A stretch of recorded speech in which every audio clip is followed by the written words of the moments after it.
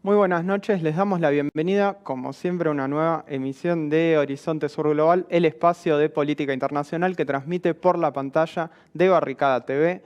Y vamos a seguir con la línea de los últimos programas, hablando de la injerencia de Estados Unidos en nuestra región. En este caso, volvemos a hablar de Ecuador, también un país que solemos tocar en este programa. Vamos a hablar sobre el presidente Daniel Noboa, quien esta semana presentó en la Asamblea Legislativa un proyecto de reforma parcial de la Constitución para que se permita el establecimiento de las bases militares extranjeras en su país. Esto es en línea con lo que impulsa el Comando Sur del Ejército de Estados Unidos, que es comandado por la generala Laura Richardson. Noboa llegó a la presidencia luego de que, tras un decreto de muerte cruzada del presidente anterior, hiciera que se llamara a elecciones por adelantado. Así que, si bien asumió hace poquito, también habrá elecciones dentro de poco en Ecuador, será en febrero del 2025, y Noboa ya dijo que buscará la reelección. Todo esto se da en un clima de una ola de inseguridad, una ola de narcotráfico y también una serie de apagones, una crisis eléctrica general que vive Ecuador, que de hecho hay apagones pactados por el Estado mismo, apagones de varias horas en distintas ciudades del país. Todo esto genera un clima de una crisis social muy importante en Ecuador. Por supuesto, la derecha utiliza todo esto para endurecer su discurso, para aplicar, en el caso del presidente Noboa, estado de excepción, que en Argentina lo conocemos como toque de queda, y además hace parte de, y diría no solo parte, sino que es el foco del discurso, lo represivo, ¿no? El endurecimiento, la militarización y también todo lo que tiene que ver con permitir, como decía, el ingreso de fuerzas extranjeras, de tropas extranjeras al Ecuador. Estamos en comunicación con la socióloga Irene León. Ella es especialista en política internacional y, como en otras ocasiones, tiene la gentileza de atendernos. Irene, ¿cómo estás? Grato estar contigo aquí en Barricada, una Bueno, vez más. lo mismo digo, como siempre, muchas gracias por esta comunicación. Irene, antes de realizarte la primera pregunta, quiero que veamos un fragmento del discurso que dio el presidente Daniel Noboa sobre este intento de reforma parcial de la Constitución. Hoy los saludo desde el lugar que alguna vez fue la base de Manta. Quisieron decir que así recuperaríamos la soberanía del Ecuador. Y lo que hicieron fue entregarlo al narcotráfico.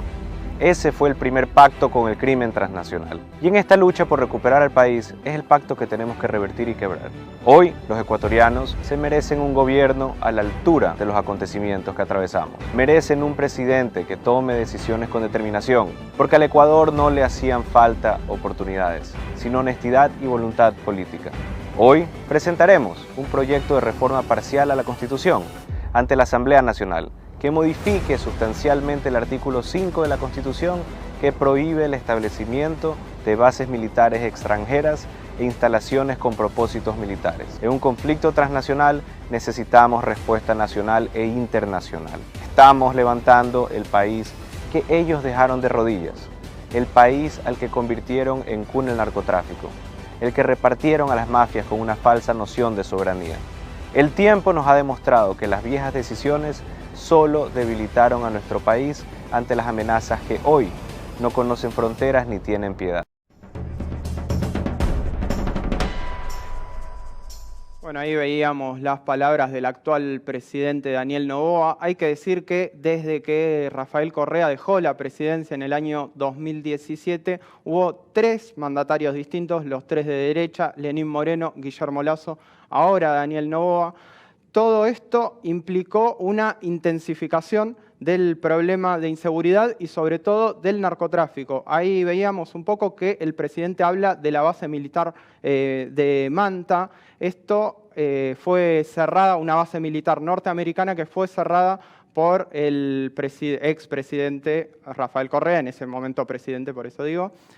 Bueno, Irene, para comenzar te quiero preguntar qué implicó esta decisión de Rafael Correa en ese momento, qué significaba para Ecuador tener esa base militar extranjera en su territorio operando, y por otra parte, cómo puede repercutir esta decisión de Daniel Noboa que envía al Congreso para que vuelva a haber instalaciones norteamericanas y extranjeras en general en el Ecuador. Bueno, en 2009 Rafael Correa no renovó el acuerdo con Estados Unidos para mantener esa base militar en territorio ecuatoriano y no renovó por varios motivos, desde motivos legales hasta cuestiones de derechos humanos en el país, pero sobre todo justamente porque la Constitución que ya fue adoptada por Ecuador en 2008 prohíbe la instalación de bases militares extranjeras de cualquier orden en el país y declara a Ecuador como un país de paz, libre de todo tipo de incursión e injerencia militarista. Entonces, bueno, está por demás decir que ahí hay otras cuestiones complementarias constitucionales como la declaratoria de soberanía, sobre la cual la Constitución ecuatoriana se construye, no solo en este aspecto, sino en distintas materias: soberanía económica, soberanía alimentaria, soberanía geopolítica, etcétera. Entonces, esa base militar instalada aquí, entre otras cosas, como en otras partes del mundo, no cumplió con el objetivo para el cual fue instalada, que era el control de narcotráfico en un país que tenía bajísimos índices de esta situación, sino que más bien se evidenció actividades como un control de las movilizaciones marítimas en el Pacífico e internamente distintos gestos autoritarios de los militares en Manta, en la zona donde estaba instalada, donde se evidenciaron hasta desde violaciones hasta represión a la gente que realiza actividades de pesca artesanal, etcétera, etcétera. En cualquier caso, era un anacronismo antes y es un anacronismo ahora. Por otro lado, la propuesta actual de Noboa no tiene viabilidad, digamos, puesto que el artículo 5 de la Constitución, que define que Ecuador es un país de paz, libre de toda de bases militares extranjeras y de operativos militares de cualquier índole, es un artículo del cuerpo que define al Estado ecuatoriano. Es decir, no es un artículo secundario, sino es parte de ese corpus de definiciones del país. Entonces, no se puede modificar a través de un acto simple en la asamblea. Tendría que haber una asamblea constituyente para reeditar la Constitución, y en esa línea esta modificación, esta propuesta de modificación que plantea el presidente Noboa es arbitraria. Hay que decir que la derecha, incluido Noboa, quieren desde el inicio del retorno al neoliberalismo en 2017 rescindir la Constitución. Estamos hablando de la Constitución vigente, que es una de las constituciones más progresistas, no solo de América Latina, sino del mundo. En esa línea, entonces, la propuesta de Noboa suena a una línea que él defiende de dar una respuesta militarista a todo lo que se mueve en el país, no solo al control de la delincuencia organizada o del narcotráfico como pretende. Ahí están estas dos ejes clave. Uno, mantener la respuesta militarista en todos los campos y lesionar la Constitución, que por otro lado, como él señala en la declaración que escuchamos hace un rato, viene con una intención de vulnerar cualquier principio de soberanía. Hay que decir que Ecuador está, como lo dijiste, bajo una declaratoria de conflicto armado interno desde inicios de este año y con un proceso de lawfare intensivo desde el retorno al neoliberalismo en 2017. Así que esta declaratoria de Noboa solo convalida esta respuesta militarista en la que se quiere englobar no solo la problemática nacional, sino también regional e incluso más allá de esto. Irene, es muy interesante lo que planteas, caracterizas muy bien la época. Antes de profundizar sobre ese tema, te quiero preguntar por algo quizás de coyuntura estricta política, o más bien lo que en Argentina llamamos rosca, por ejemplo, que tiene que ver con si el presidente Noboa tiene los votos suficientes en la Asamblea como para lograr esta reforma parcial a la Constitución, que como vos bien señalabas, es una reforma que de por sí no se debería hacer a través de una asamblea constituyente. Mira, es difícil decir si tiene los votos o no tiene, puesto que es un periodo de mucha desinstitucionalización del país. Parte de todo lo que acontece en Ecuador tiene que ver con eso, con una ruptura con la institucionalidad y con un desarrollo de acuerdos que pasan por vías, digamos, que no son regulares. Entonces, podría tener, pero en principio, según el pulso actual, no. No obstante, como digo, en este país todo puede suceder. Ahora, hay que decir que desde el retorno al neoliberalismo en 2017, estos gobiernos, estos tres neoliberales han pactado acuerdos militares de altísimo tenor con Estados Unidos. El más reciente es el acuerdo llamado SOFA, es el acuerdo relativo al Estatuto de las Fuerzas, se llama así, que ratificó Noboa a inicios de este año. Y también otro acuerdo que se llama relativo a las actividades marítimas transnacionales ilícitas. Son acuerdos que no pasaron los canales habituales, que se saltaron, por ejemplo, la mayoría en la Asamblea, se fue directamente al canal constitucional, en fin, no es un país en el que está operando la institucionalidad. Este acuerdo relativo al Estatuto de las Fuerzas, llamado SOFA, por ejemplo, otorga a Estados Unidos potestades para realizar operativos militares en Ecuador bajo la legislación estadounidense, con inmunidad para sus militares y desarrollar operativos en aire, mar, tierra, ciberespacio. Entonces estamos hablando de unos acuerdos amplísimos de operación militar que ya existen en Ecuador. Y en ese sentido, esta propuesta de Noboa de reforma constitucional, a más de abonar en este sentido, sin duda abona en la intención de vulnerar, de bajar el perfil a la Constitución y de presentar las cuestiones de soberanía como accesorias para la política nacional y para la economía sobre todo.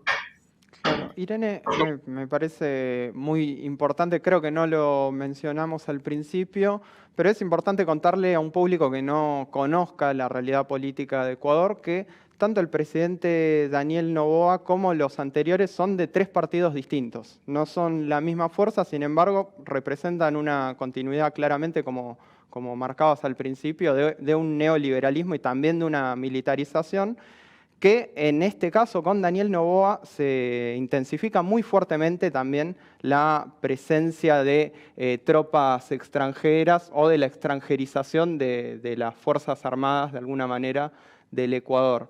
En ese sentido te quiero preguntar, porque también, como mencionabas, la inseguridad y el narcotráfico implican un problema para el Ecuador. Esta es la respuesta que plantea falsamente el gobierno de Noboa y otras derechas.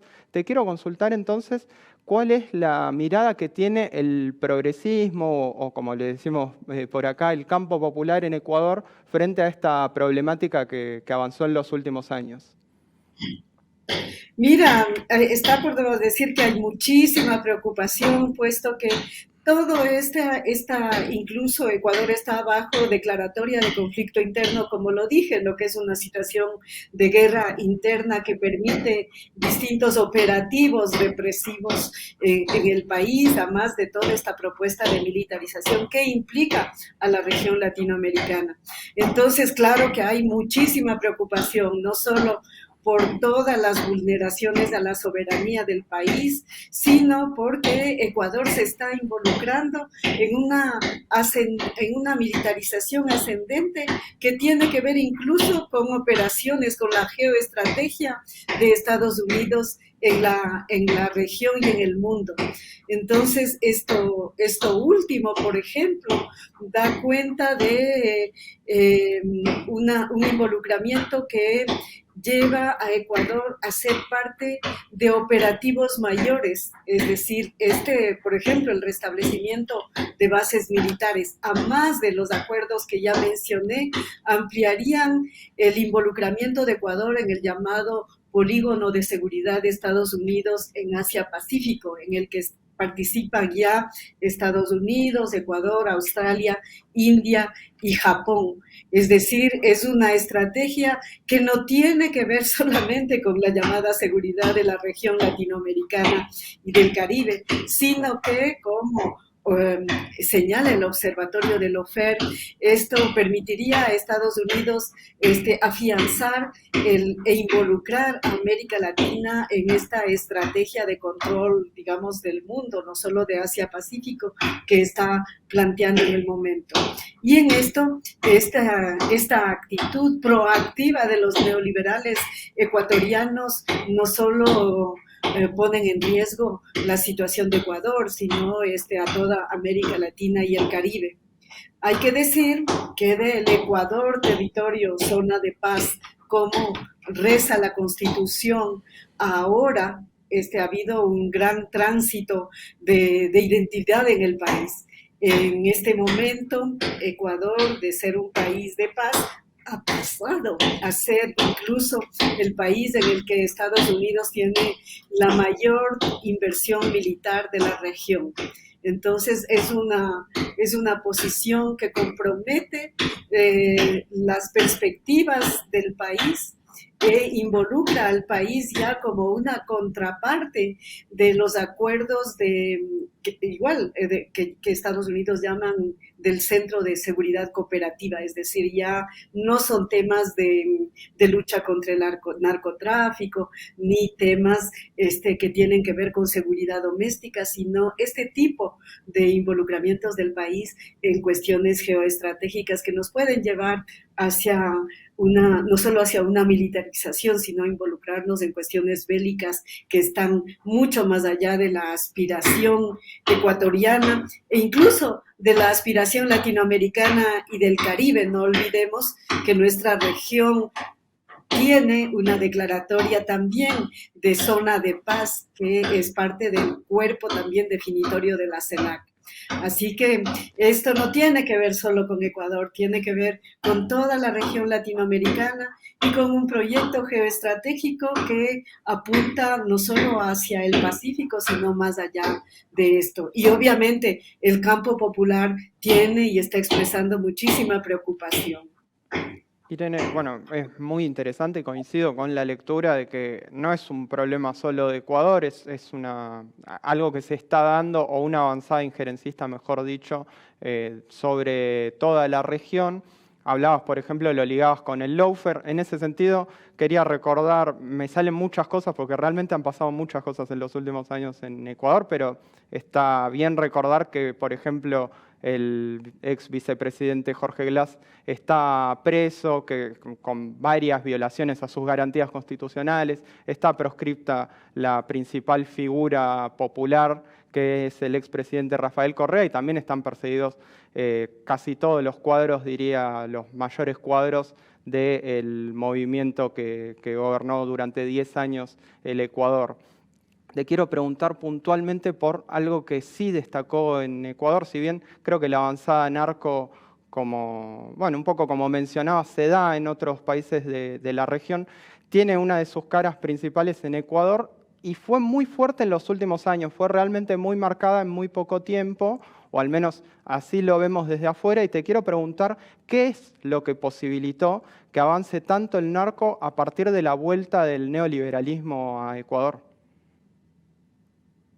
Yo creo que hay varios factores, entre esos el mismo núcleo de liberalización del capital, es decir, el flujo de los capitales ilícitos en Ecuador y en otras partes son parte de ese cuerpo de liberar todo al mercado.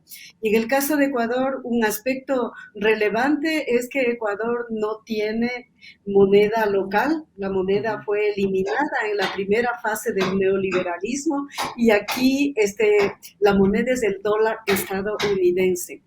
Y buena parte de los operativos que han sucedido son de lavado de dinero del narcotráfico en la banca oficial, en las instancias llamadas legales. Es decir, aquí se ve claramente ese flujo entre capitales ilícitos, capitales especulativos y la institucionalidad financiera. Entonces, una parte de la incursión del narcotráfico tiene que ver con eso. Por otro lado, es la posición estratégica de Ecuador justamente en el Pacífico y la posibilidad de la liberación de las aduanas, de las fronteras, que vino con el retorno al neoliberalismo. Es decir, se habló de un achicamiento del Estado que implica, además de todo lo que de normalizar todo flujo comercial, implicó la supresión de todas las instancias de control de los flujos de capitales. Se suspendieron la superintendencia de control del poder del mercado, por ejemplo, que durante 10 años fue una garantía de solvencia en los flujos económicos. Se suspendió la superintendencia de telecomunicaciones y la de control a la movilización del capital financiero. En fin, esas liberalizaciones permiten no solo el flujo de productos, sino, como digo, el flujo de capitales. Y en Ecuador, con la dolarización, sin duda toda esta situación presenta un cuadro mucho más complicado para el país que en otras partes.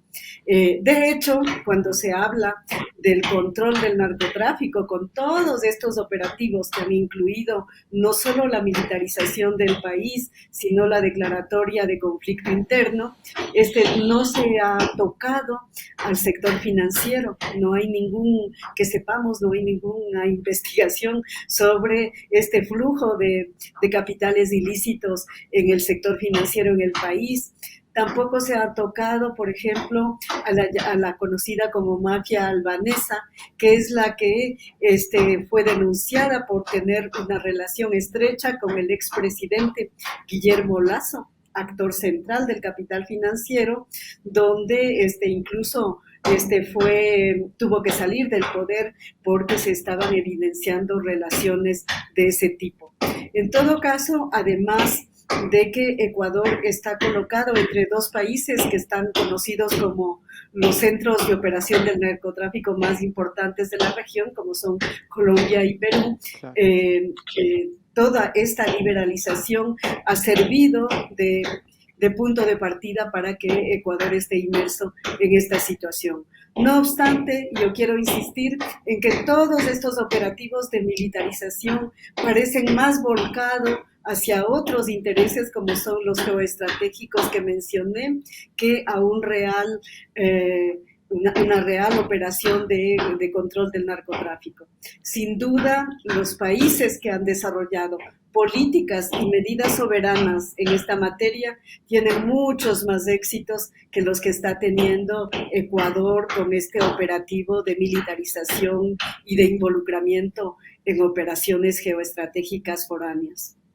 Clarísimo. Irene, además me parece muy importante cómo remarcás los motivos económicos, ¿no? las medidas liberalizadoras que permiten el avance del narcotráfico cuando en realidad no se está encarando el problema de esa forma, ¿no? Se encara desde la militarización. Bueno, también hay un costado económico que permite que esta problemática avance, algo que además, dicho sea de paso, no nos deja para nada tranquilos a los argentinos, que estamos viviendo un proceso de reformas en ese sentido con Javier Milei, que además tiene un proyecto de dolarización de nuestra economía. También, bueno, ahí vemos una de las peores consecuencias, ¿no? Una de las caras más crudas.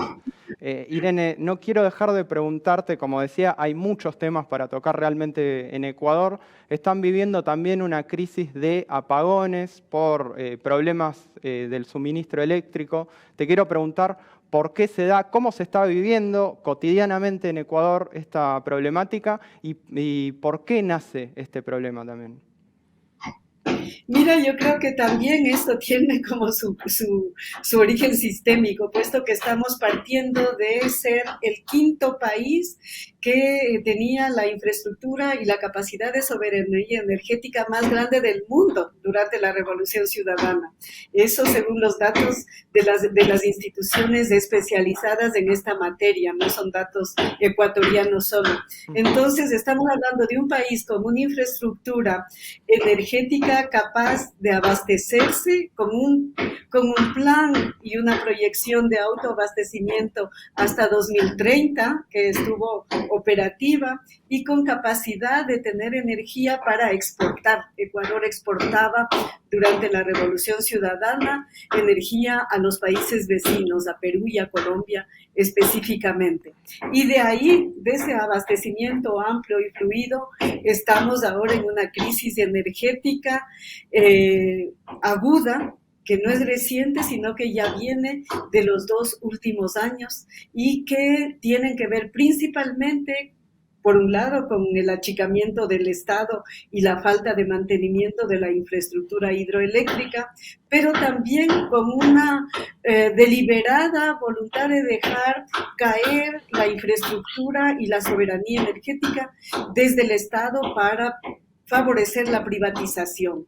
Aquí cada vez más se habla de encontrar respuestas desde el sector privado, lo que no está mal per se si estuviera la necesidad. Pero, como digo, hay una infraestructura existente, una capacidad que fue instalada para desarrollos mayores y para continuar siendo uno de los países con solvencia energética. Entonces, bueno, se atribuye eso a la sequía, al calentamiento global, y sin duda hay una parte de las razones ahí. Hay una sequía y no llueve en el país en estos tiempos. Pero aquí y en todas partes del mundo hay desarrollos tecnológicos, hay capacidades de respuesta. Digamos, en otros países que no son Ecuador tienen 4 estaciones y sin embargo se logra encontrar abastecimiento energético porque hay una política apropiada para dar respuesta en este sentido. Entonces vamos a asistir en estos días a mayores acuerdos que no responden a la necesidad energética, pero que sí van a permitir una privatización del sector y de una infraestructura que, como dije, ya fue una de las más avanzadas de la región y que está siendo desmantelada por las medidas neoliberales. Irene, bueno, muy clara, realmente. Vamos a finalizar con esta entrevista hablando de las elecciones de febrero de 2025, que no falta tanto, realmente los hechos son, pareciera como que no hay respiro con todo lo que está pasando. Un poco me parece que caracterizaste muy claramente cómo fueron estos años de retorno neoliberal.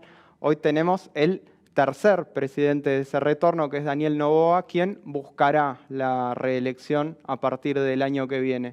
Del otro lado está el correísmo, como hablábamos del expresidente Rafael Correa.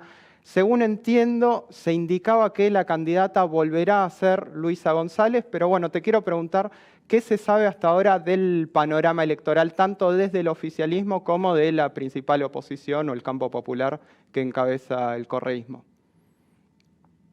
Mira, como pudimos escuchar en el corte sobre bases que presentaste al inicio del programa, Daniel Noboa está en campaña electoral y todo lo que hace y plantea tiene que ver con eso. De hecho, su corto periodo en el gobierno a todas luces se muestra como una suerte de prolongación de su campaña más que como una instancia de gobierno.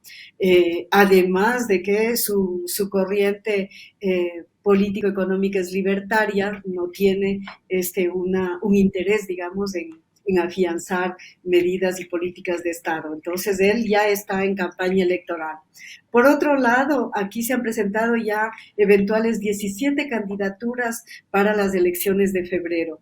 Entre esas, una multiplicidad, tienen poquísimas posibilidades de llegar a la segunda vuelta, con incluso indicios de menos del 1%.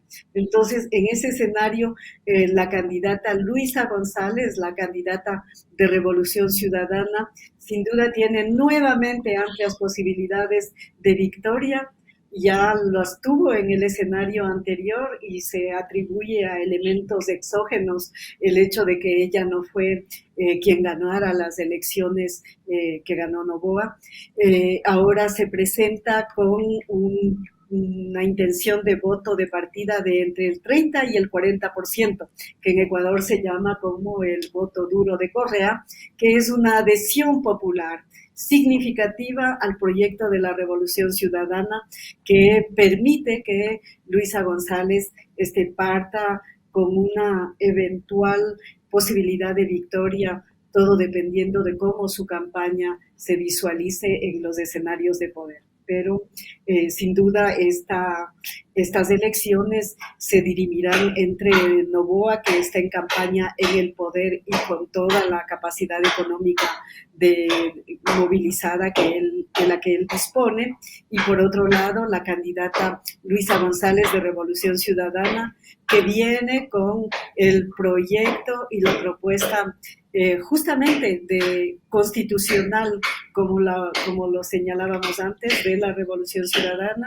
y con una actualización de iniciativas de volver a colocar Ecuador en la geopolítica regional y en un mundo, en la construcción de un mundo multipolar. Es decir, visualizando que Ecuador está solo. Perfecto. Irene, perdón por interrumpirte al final, como siempre muy, muy claro el análisis de una realidad bastante compleja. Muchas gracias por comunicarte con Barricada TV. Muchas gracias a ustedes. Hasta pronto. Un abrazo. Un saludo muy grande, quedamos como siempre a disposición. Y desde acá nos vamos a ir despidiendo de este programa, no sin antes invitarlos e invitarlas a sumarse a la comunidad BTV, tanto si están dentro o fuera del país, escaneando el QR que ahí veo en pantalla, se pueden sumar por una suma fija por única vez o también por distintos montos mensuales. Si hacen este aporte dentro de la Argentina, participan además de distintos sorteos, pero tanto dentro como fuera del país, lo importante, me parece, lo que más valoramos y lo que intentamos que suceda es que se siga aportando al crecimiento de esta pantalla popular y autogestiva. Ahora sí, hemos llegado al final de este programa. Les agradecemos como siempre por estar del otro lado y nos vemos la próxima.